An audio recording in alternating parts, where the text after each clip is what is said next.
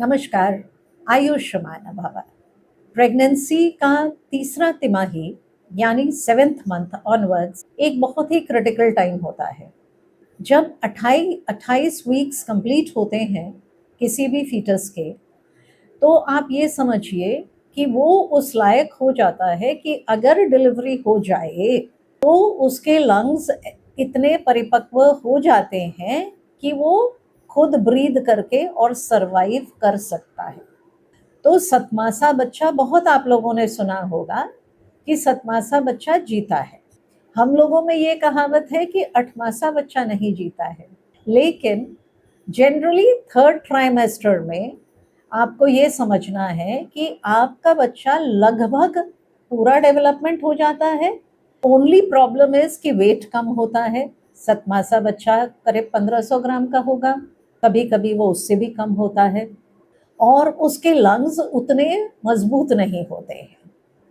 तो इसलिए आप अगर सतमासा बच्चा पैदा हो जाता है तो उसको NICU की ज़रूरत अवश्य पड़ेगी। तो 7वें महीने में आपका बच्चा ना हो, उसके लिए आपको थोड़ी अपने आप को केयरफुल रहना पड़ता है। फर्स्ट एंड फॉरमोस्ट, ट्रैवलिंग नहीं होना चाहिए। सड़कें अगर ऊबड़ खाबड़ हैं तो सड़कों पर नहीं चलना चाहिए। कोशिश यही होना चाहिए कि कहीं भी आप ट्रैवल ना करें कि धक्का मुक्की, भीड़, इन सब चीज़ों से बचें, क्योंकि 7वें महीने से आपका पेट बड़ा होने लगता है, तो कहीं से भी आपको चोट लग सकती है। इसलिए कोशिश करें टू अवॉइड ट्रैवलिंग जब तक कि आपका बच्चा हो नहीं जाता है। तो आपको जहाँ भी डिलीवरी करवानी है 7वें महीने में वहाँ पहुँच जाएं, और जब तक डिलीवरी ना हो वहीं पे रहें। जो दूसरी चीज़ आपको अवॉइड करनी है वो अपने हस्बैंड को, क्योंकि अगर समय से पहले पानी टूटा तो आपका बच्चा रिस्क पे होता है।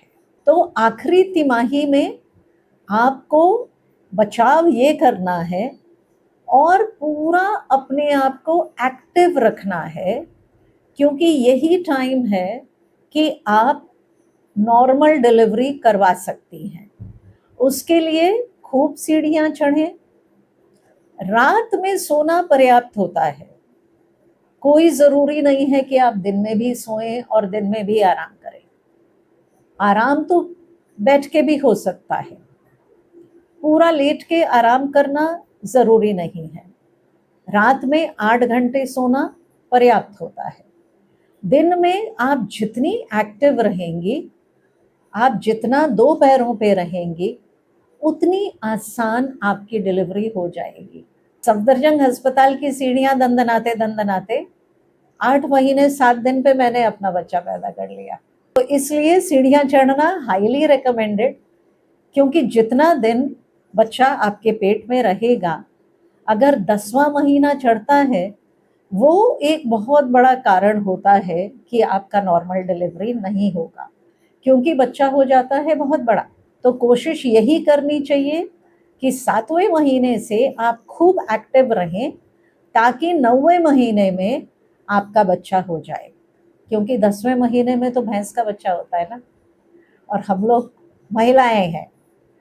तो प्लीज़ अपने बच्चों को समय से पैदा करें, ना 10वें महीने में पैदा करें, ना 7वें और 8वें महीने में पैदा करें। एंड ये सारी जिम्मेदारी माँ की ही है।